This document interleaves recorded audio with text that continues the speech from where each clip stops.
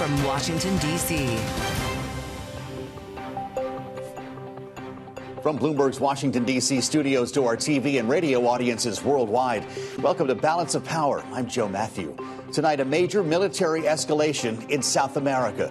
The developing news as we come to air this evening, the U.S. now deploying an aircraft carrier strike group to South America in its fight against drug cartels. We'll bring you to the White House for more and speak to former Defense Secretary Leon Panetta on where things go from here. Plus, trade talks halted. The Ontario TV commercial that had the president fuming, terminating trade talks with Canada just hours before flying to South Korea for the APEC summit. The update from Ontario's government and what it means for the trade talks when we speak with Mary Ng, former Canadian Minister for Trade, up ahead. Also tonight, Jaime Dimon meeting with Argentina's president, whose political future hangs in the balance. We'll take you to Buenos Aires ahead of this weekend's elections and what it means for that $20 billion rescue package. Also, New York's Attorney General Letitia James has her day in court. This is not about me.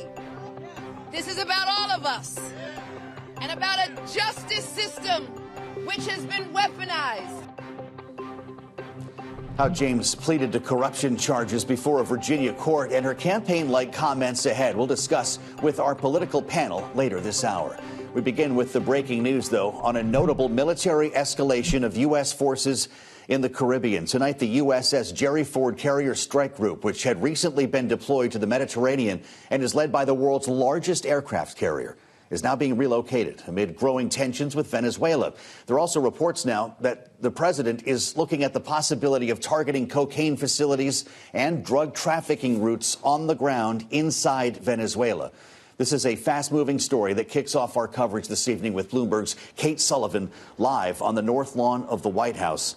Kate, we understand that that aircraft carrier strike group is already on its way. What is the aim of this military buildup in the Caribbean? That's right. So this is really a dramatic escalation and show of force in the region. So the Pentagon said today that the repositioning of this aircraft carrier strike group will allow the United States to disrupt narcotics trafficking and degrade and dismantle criminal groups. Now, this is coming after the United States has already conducted 10 strikes on suspected drug smuggling boats from South America. Those strikes have killed more than 40 people, and there are a lot of questions about the legality of these strikes, which have been intensifying in recent days. And there are also questions about just how far the Trump administration is prepared to take this. Take a listen to what the president said yesterday on this. Well, I don't think we're going to necessarily ask for a declaration of war. I think we're just going to kill people that are bringing drugs into our country. Okay? We're going to kill them. You know, they're going to be like dead. The president also said yesterday that the land is going to be next, indicating that the U.S. is prepared to conduct land strikes on Venezuela. Overall, tensions are very high here, and these are major escalations happening. The president also announcing today that he's imposing sanctions on Colombia's President Petro. Could this lead to a wider conflict in South America? Are they connected, Kate? You know, it's a great question. You know, it's another extraordinary step taken here. So today, the president, his wife, one of his sons, and the interior minister were all sanctioned today, the president of Colombia. Trump has called the president of Colombia an illegal drug leader and has accused him of allowing narcotics trafficking to continue. You know, this comes after Trump last month decertified Colombia as a partner in fighting drug trafficking, which, as we've discussed, is a major priority for the Trump administration. Well, no, a lot of priorities to talk about here, Kate, when the president is leaving the country. And of course, we're going to be talking more in a moment about his agenda on this trip to Asia. Do we have any sense that he's going to continue talking with the defense secretary or bring us up to date on any of these matters while he's wheels up?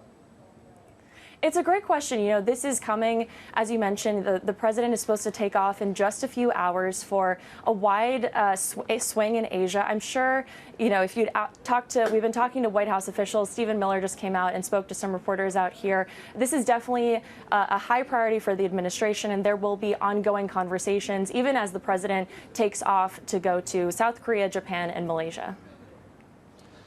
All right, Kate, thank you so much. Bloomberg's Kate Sullivan, live from the White House. We're going to be speaking a little bit later on this hour with Leon Panetta, of course, the former Secretary of Defense and former CIA director, for his take on this buildup in the Caribbean.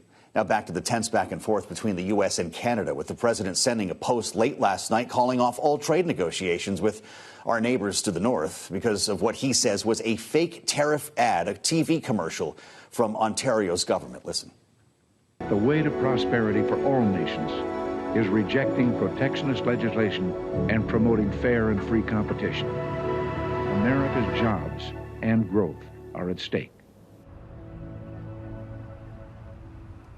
Now, the Reagan Foundation is pushing back, saying they were never asked for use of former President Reagan's words for the advertisement. The foundation saying it's, quote, reviewing legal options, though we should note that those words were from an actual radio address, albeit edited with different passages stitched together, as you would typically see in a political ad. Meantime, Ontario now says it will pull the anti-tariff ad starting Monday so talks can resume. And Canadian Prime Minister Mark Carney commented on the state of talks between the U.S. and Canada this morning before he departed for the APEC summit, where he'll meet with other world leaders, President Trump among them, telling reporters Canada is ready to resume talks. For more on the situation and the possible outcome over the tense back and forth, we're joined now by Mary Ng, former Canadian Minister for Trade. It's great to have you back with us on Bloomberg TV and radio.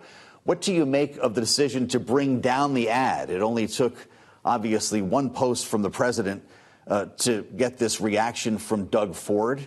But, of course, it's still going to be running in the World Series starting tonight. Was it the right move? Well, hi, Joe. It's really great to be here with you and to speak to Bloomberg. I think that that the ad is the decision to pull the ad, I guess, or to stop it on Monday. It comes after the Premier had a conversation with the Prime Minister. And I think this is really important because in Canada, we have 10 provinces, 3 territories, and we are, and of course, the federal government is responsible to do the trade negotiations between country to country. And we often say here in Canada that it's really important to take a Team Canada approach. But you can understand from the Premier of Ontario that has a very large automotive sector here, very important steel industry here in the province, that the Premier of Ontario wanted to get a message out there, that of a former president in America about a view on tariffs. Well, he says that he's essentially accomplished what he was looking for, which is to get a conversation started around this. Mary, was this a good use of ad time? Well, I think that, I won't comment on what the Premier is, decided for the people of Ontario. I know, being a resident of Ontario and certainly formally representing this province, just how important those jobs are and how important those industries are. But I think what I would say is that for Prime Minister Carney, the eye and the focus has got to be on what is really best for the entire country. And what you heard the Prime Minister say today is that he is ready to get back to the table whenever the Americans are, and getting to a resolution for some really important sectors in Canada has been the work of my former colleagues here in Canada with their colleagues in the United States. And these are really important because it's important parts to the Canadian economy. And I think that I think for certainly on the Canadian side, we'd be looking forward to getting back to those negotiations. Well, let's talk about how you get back to the table here. Will that be handled at the APEC summit? Will these two get together, Trump and Carney, maybe along the sidelines to talk about well, at least an attempt to move forward? By the time they get together, presumably in South Korea, this ad will be down. President Trump will have what he wants. Well, I think that Washington and Ottawa are no doubt already in conversations at the officials level. That is typically how it happens. And having been at many APEC summits myself, the leaders convene there, and there's an agenda at APEC. They're going to have an opportunity to see each other. Prime Minister Carney is going to have an opportunity to not only see President Trump, but all of the leaders around the APEC table. This is his first trip to Asia.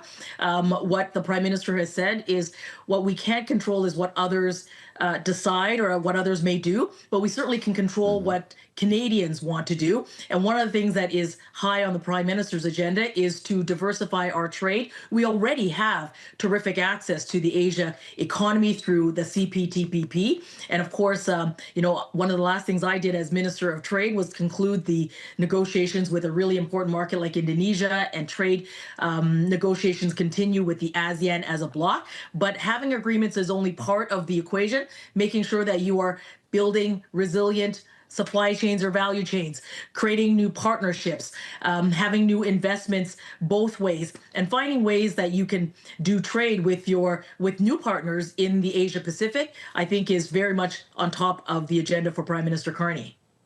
Mm-hmm. The CPTPP is one thing, the USMCA is another. As we get through the alphabet soup here, Mary, would it be possible to have a new trade agreement here in our hemisphere without a trade framework directly between the U.S. and Canada? I think it's too early.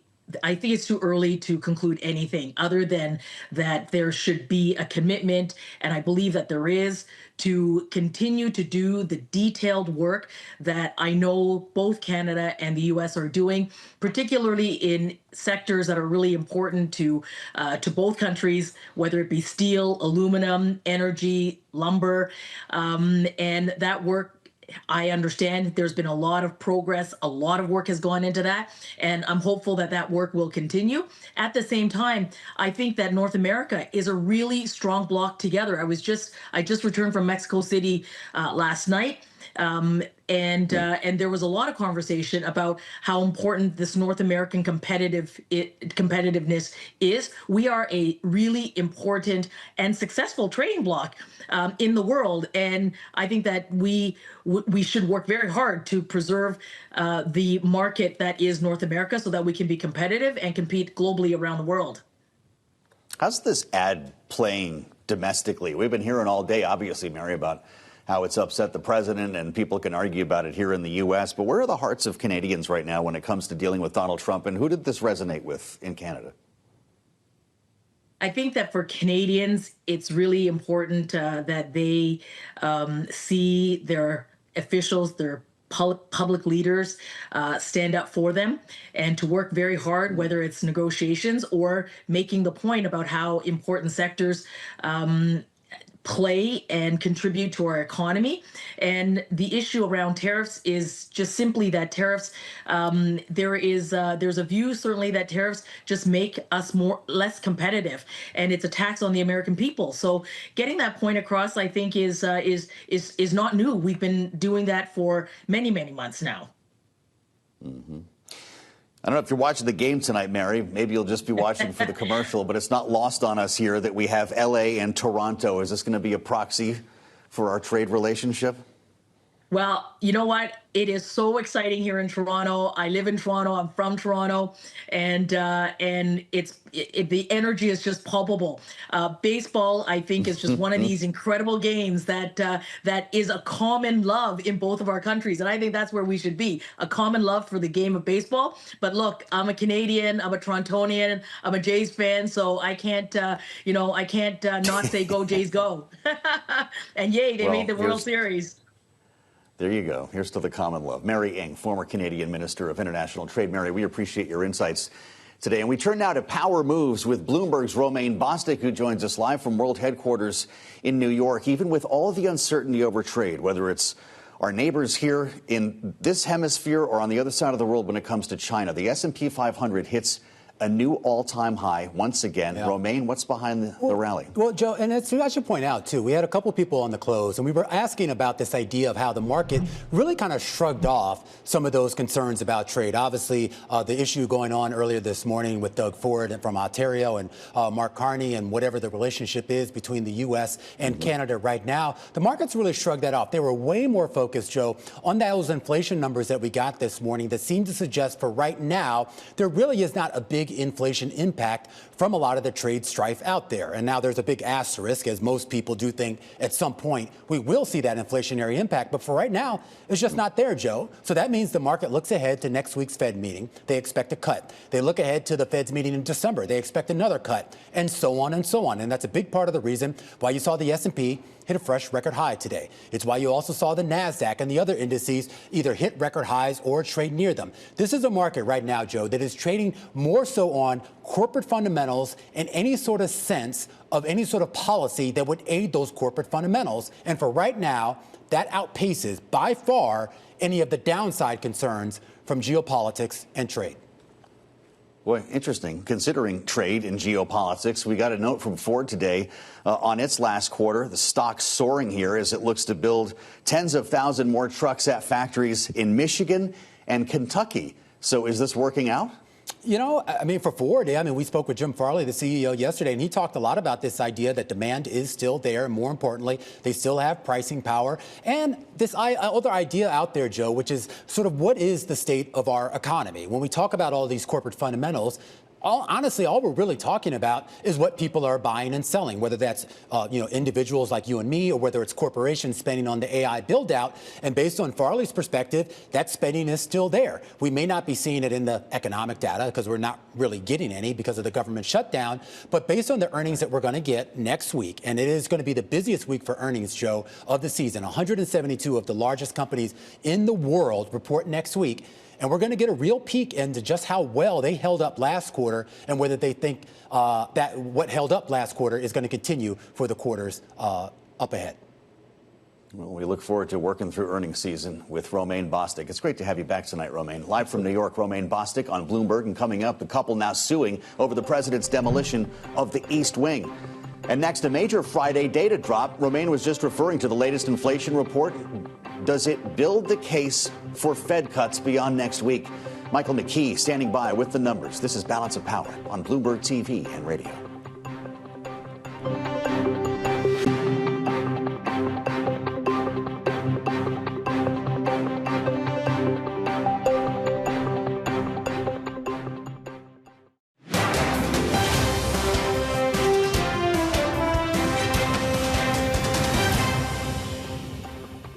It's Balance of Power on Bloomberg TV and radio. I'm Joe Matthew in Washington. This should be payday for many federal workers, but instead furloughed federal employees will go without. While looking ahead to next week, where the administration will make its case in court for the right to permanently lay off thousands of federal workers amid the government shutdown, now in day 24. If the government is still closed by this time next week, as expected, 25 states could cut off SNAP food benefits, a lifeline the USDA says affects the lives of nearly 42 million Americans. Despite the shutdown, we did get a rare dose of economic data today.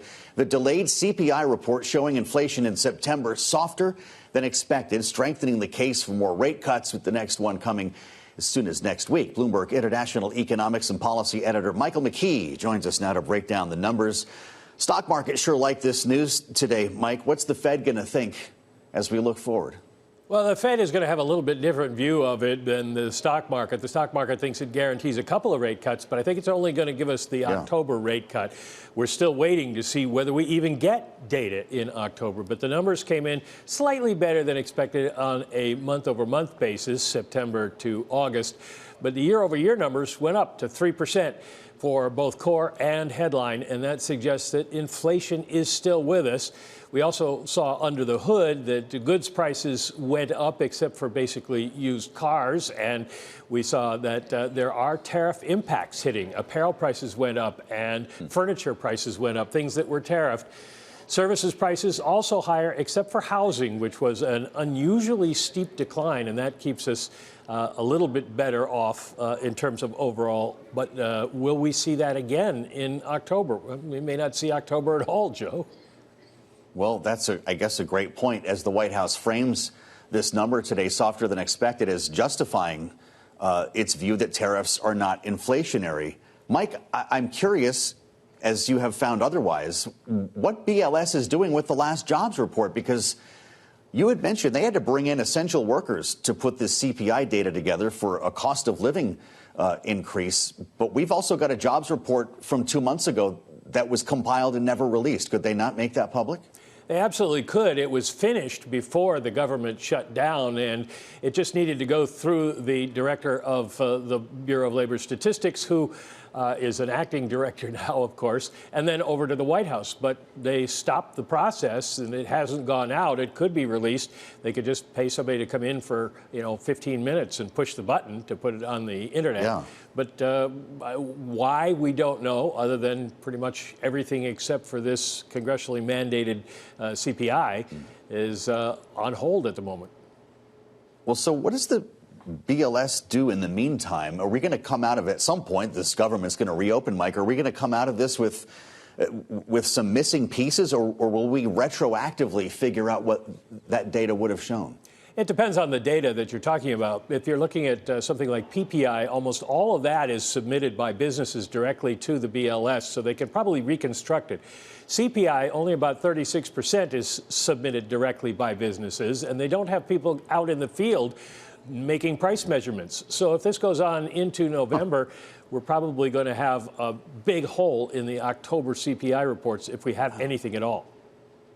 Fascinating. Michael McKee, live from New York. We thank you, Mike. Have a great weekend. Turning to Argentina now, where President Javier Milei is set to meet with J.P. Morgan chief Jaime Dimon ahead of the election in Argentina this Sunday.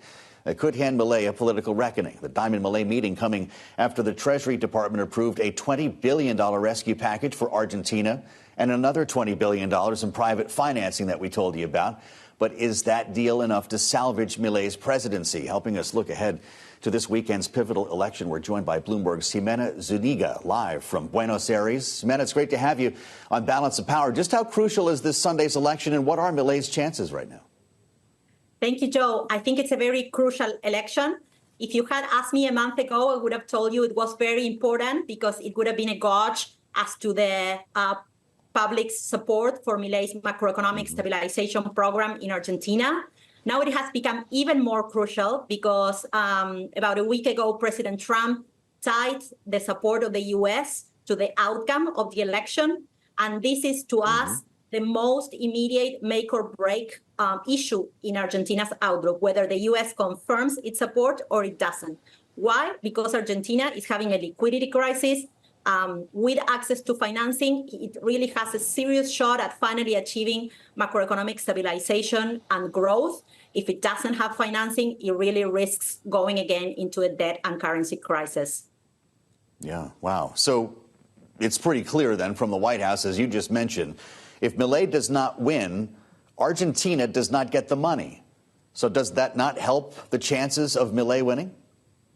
Maybe it does, but I think that Argentinians are also very focused on whether they want to make that choice for themselves, right? And that will be determined by various issues, for example, economic conditions, because even though the public gives President Milei credit for having lowered inflation from close to 300% to about 30% the last month, they are also struggling to make ends meet. And his macroeconomic stabilization program has obviously also has costs for the public.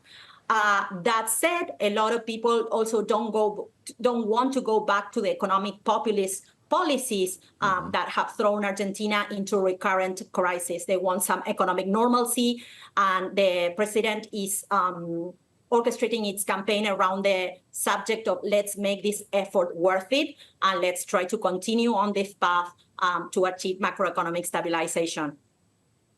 Well, we're going to be watching the peso pretty closely and the outcome of this election this weekend. Bloomberg's Jimena Zuniga with us from Buenos Aires. We thank you so much for the insights. Coming up on Balance of Power, New York's Attorney General Letitia James responding to corruption charges filed against her. She did have her day in court. But up next, the decision by the administration to move an aircraft carrier group to Southern Command. It's on the way to the Caribbean, a sign of an escalating war on drug cartels. We'll have more on that next with Leon Panetta on Bloomberg TV and radio.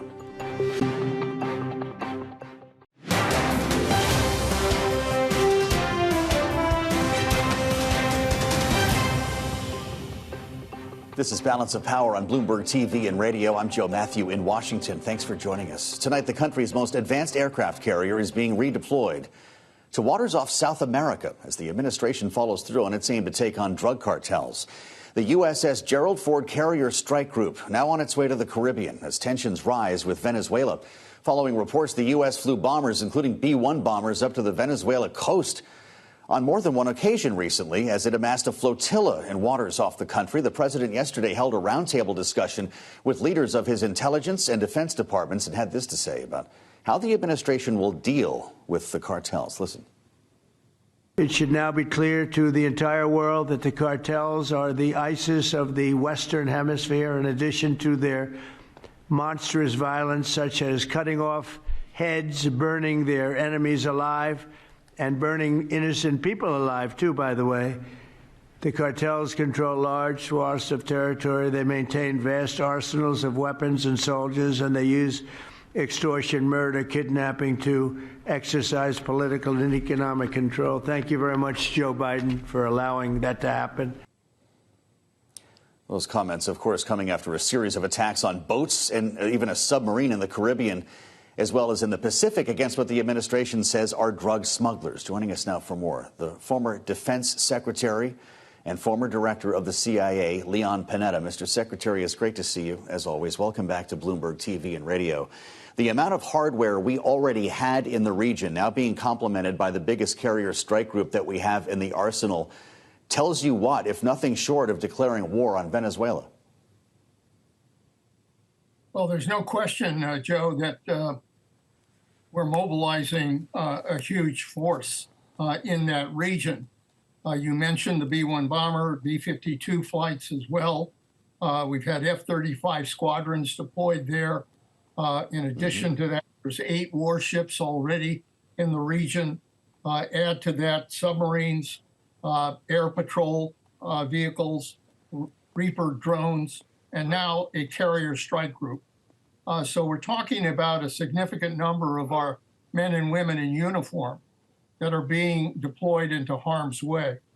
And for that reason, I think it's very important to weigh the risks here. If we're going to start attacking targets on land, the way we've been attacking targets at sea, the likelihood is that Venezuela will respond. And it's also likely that lives will be lost. So for that reason, I think the president has to be very clear about what is the strategy here? What are the objectives? Is this about regime change? Is this about cartels and drug trafficking? Is this about something else? What exactly are our objectives? How do we hope to achieve them? And I believe it is important for the president to go to the Congress, explain what he has in mind, and get the authority necessary to do what he has to do in order to protect our men and women in uniform. I will ask you more about that congressional response in a moment, Mr. Secretary. We should note that the Jerry Ford, while an impressive platform all on its own, it's the biggest aircraft carrier in the world, will be joining a very large armada that has already been assembled. The aircraft carrier, by the way, has dozens of fighter jets, of course, helicopters, 4,000 sailors. But it's joining 3 U.S. destroyers also there, the guided missile cruiser Lake Erie, the Iwo Jima amphibious ready group, which is teaming with Harrier fighter jets, helicopters, and a battalion with hundreds of infantry Marines. This isn't just about drug boats, right? You know what it's like to deploy assets like these, Mr. Secretary. What would this be suited for? Well, obviously, when you mobilize that much of a force in one location, there are risks that are involved with that. Are you in fact prepared for a war in that region? Is that what you're doing? Because mark my words, when you have that much firepower in one area, the chances of an accident, the chances of something happening that results in the loss of lives, that could easily escalate into a full-fledged war. It's for that reason that I think the American people and the Congress need to be aware of just exactly what are the objectives of what we're doing. We saw Venezuela fly a couple F-16s close to our ships a few weeks back. F-16s they, of course, bought from the United States. Mr. Secretary, what does Venezuela have in terms of its own military hardware? Would that not be a layup for our armed forces if it were in direct conflict with Venezuela? Well, look, there's no question. Look, America is the strongest military power on the face of the earth. And you can just look at the forces that have already been deployed by the president. Venezuela has nothing compared to the firepower that the United States has. But obviously, they could put up a resistance. He's deployed forces to the coast, and you know we should not underestimate the complications that can happen when you're engaging another country in warfare. We saw what happened in Ukraine. Everybody bet that Russia would take, within a few days, take total control of Ukraine. That didn't happen. I'm not saying that would happen in Venezuela, but you've got to understand, what is it that we want? What are our objectives? What do we hope to achieve? Because that is critical when you're deploying that many men and women into harm's way. You better damn well know what you're after. Well, lawmakers are starting to pay attention, Mr. Secretary, particularly in the Senate, where we expect votes next week once again on a bill that's been tweaked here that would bar the United States from engaging in hostilities inside Venezuela without authorization by Congress. I spoke with Senator Rand Paul, Republican from Kentucky, before the last vote on a War Powers Act, and here's what he had to say about this operation. I will co-sponsor the War Powers Act later this week, and we will be discussing this on the floor. I think it's one of the most important debates we have. And the idea that you can kill someone who you don't know their name and has had no process at all. People say, oh, you're going to give due process to fentanyl killers and all of this. Even in our country, 20,000 people commit murders, and as angry as we are, if it were my family, I would, want to shoot them. But we still have trials because occasionally the accused is found innocent and not guilty.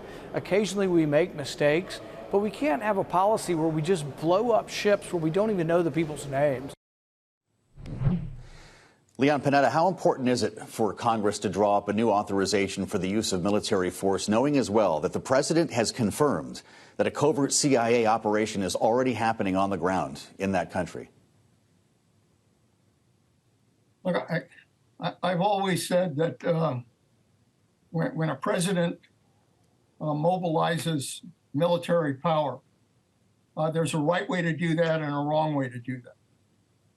The right way to do that, very frankly, is to bring that strategy to the American people about what you're trying to accomplish, to be able to make clear what the objectives are, and to indicate what the risks are behind that.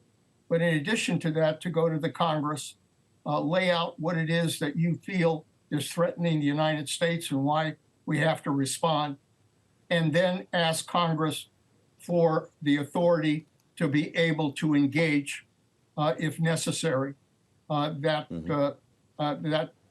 threat to our national security. So I think it is important to do that. That's the right way to do it. The wrong way to do it is to simply go ahead, deploy these forces, engage in random attacks of one kind or another, and gradually watch this situation escalate into a small war with Venezuela. That's the wrong way to approach it. Well, as former director of the CIA, I don't know if you're hearing anything that you can talk to us about, Mr. Secretary. What would these CIA agents be doing on the ground right now in Venezuela, if not mapping targets for an eventual attack? Well, what bothers me about that, Joe, is that this was supposed to be a covert operation. Yes, it was. We're talking about it on international television. As a director of the CIA, I know what a covert operation is, and it's highly classified. It's ordered by the President of the United States. And the last thing you want to do is make that kind of operation public. But unfortunately, that's what the president did. So I don't know. It jeopardizes lives. It puts the mission at risk. I'm just not quite sure what they're going to be able to accomplish when everybody is going to be on the lookout for the CIA and what they're trying to do. So, I think the CIA is great on intelligence. I think they can provide vital information. I'm not quite sure whether they're going to be able to engage in the kind of covert operations that were intended, because that cover has now been blown. Wow. Well, for a man who's held a lot of business cards in this town, we recall that you held one that was called Chief of Staff in the White House in a very different administration. And I'm just wondering, while you're with us here, Mr. Secretary, your thoughts on what's happening over at 1600 Pennsylvania Avenue. In just 3 days' time, the entire East Wing was demolished, and there's a lawsuit that's been filed now. And of course, there's been a lot of concern among historians and preservationists that this was done without the proper amount of research and approvals that are required. Did the president break the law by demolishing the East Wing? You know, obviously we'll find out whether he broke the law as a result of these kinds of lawsuits, and those that understand the laws involved here better than I do. But I just think that the president needs to understand that the American people truly treasure the White House. That the White House in many ways belongs to the American people. And as a result of that, I think the president should have been more forthright about what was going to happen here, rather than having this just move forward in a way that I think everybody was surprised by, to suddenly see a major part of the White House being destroyed. So again, there's a right way to do this and a wrong way to do it. And I think so far they've taken the wrong path, because it's going to run into nothing else but legal trouble that, frankly, is not needed. If you had presented this plan to the American people, have made clear what you're trying to accomplish, there is a right way to do this. Other presidents have done it the right way. So I just think the president needs to understand that sometimes when you follow a process, when you follow the law, the results of that turn out a hell of a lot better than trying to bypass it. The president also received a check for $130 million. Went to the Pentagon. They accepted that check from an anonymous donor to pay troops who would otherwise, I guess, be missing their paycheck in the next cycle in this government shutdown. The president covered the most recent cycle, as I understand it, $8 billion as the former Secretary of Defense. Is that appropriate to take that money? And what do you get for $130 million? I can't imagine that's too much of a paycheck. Well, Joe, you know, we've been talking about national security. I think, frankly, the greatest threat to our national security is the dysfunction in Washington and the failure of both political parties and the President of the United States to be able to pass a budget and to fund the government. And the failure to do that is now resulting in some of these efforts to try to repair the damage from a shutdown, but doing it at what price? Look, we elect people to Washington not to fight each other, but to govern. It's time that they get to Washington, govern, solve this problem, and allow this country to move forward rather than backward. To think it needs to be said out loud. He ran the Pentagon, he ran the CIA, he was chief of staff at the White House, he was a member of Congress, ran the Office of Management and Budget. There's only one Leon Panetta. Thank you, Mr. Secretary, as always, here on Bloomberg. Love more on the ongoing fight over beef when our political panel joins us up ahead. But next, New York Attorney General Letitia James has her day in court, how she pleaded to corruption charges and her campaign-like comments afterward. This is Balance of Power on Bloomberg TV and radio.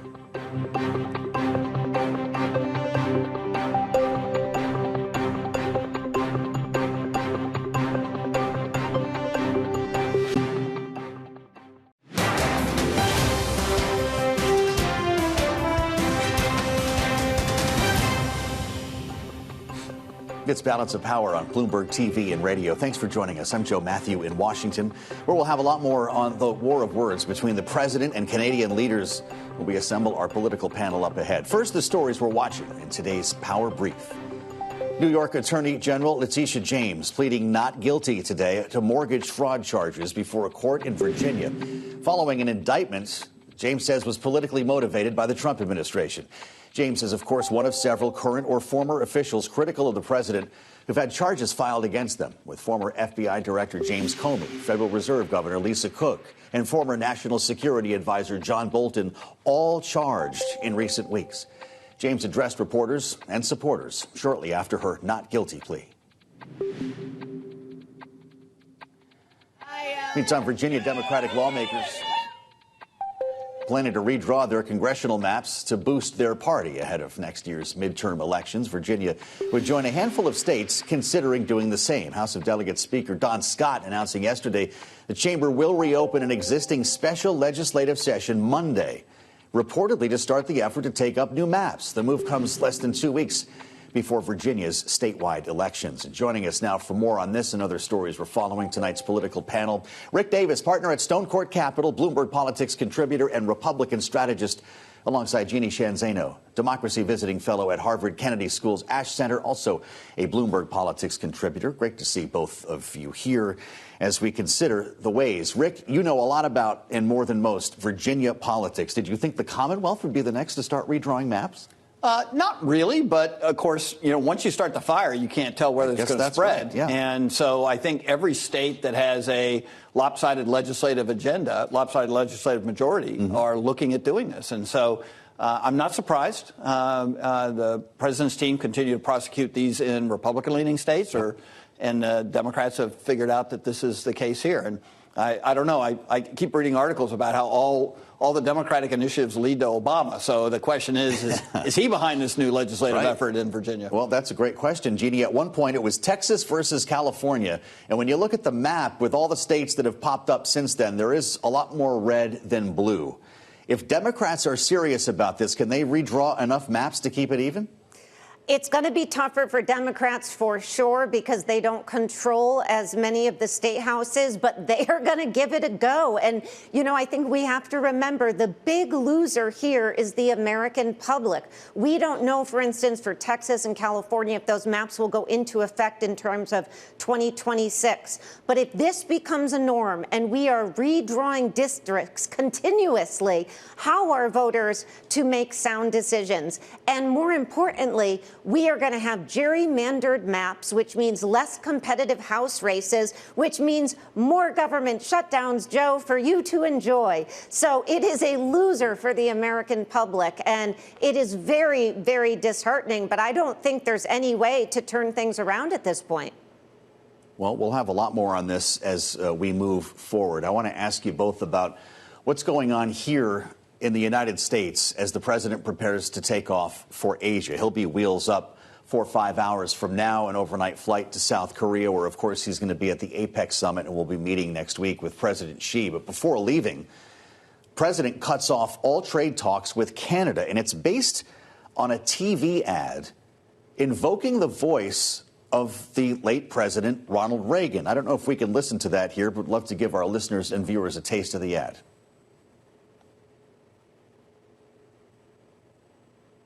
We'll see if we can get that for you.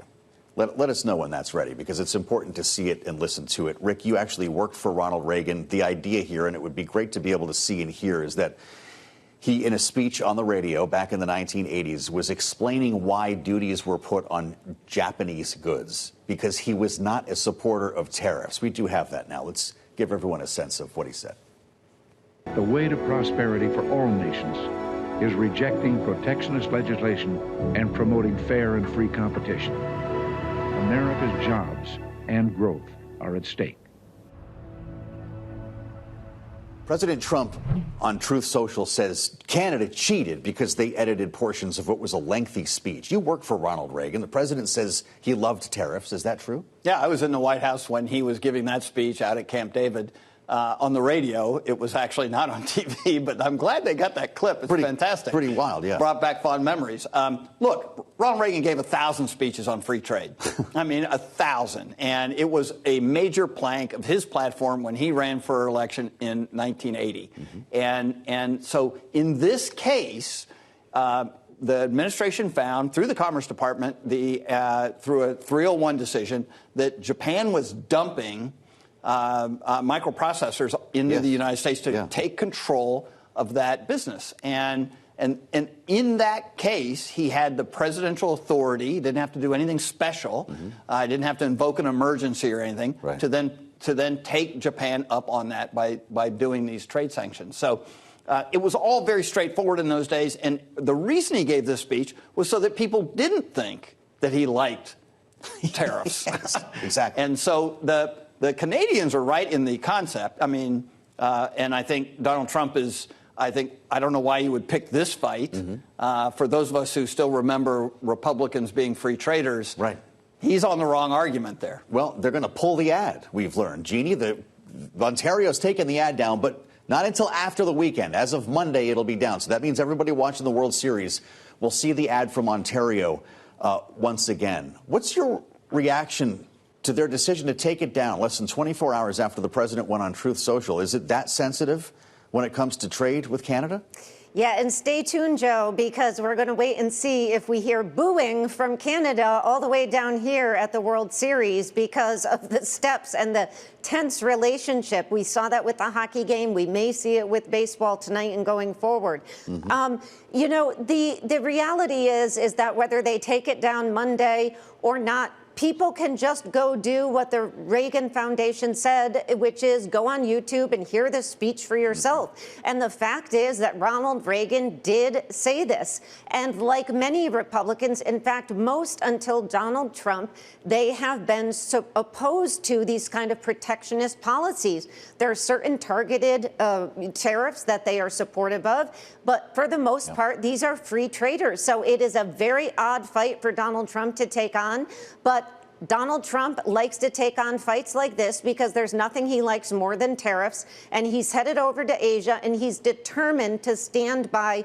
his idea that this is good for the economy, when in fact all the evidence suggests that taxes on the American public, as Ronald Reagan said repeatedly, are not a good idea and will cost us jobs and be bad for our economic future. We've only got about a minute left, guys. The president's going to be gone for a week. The government will be shut down until at least the time he gets back. Will we be at war with Venezuela by the time he gets back? We may be at war with Venezuela now. Yeah. I'm really not sure what constitutes a declaration of war.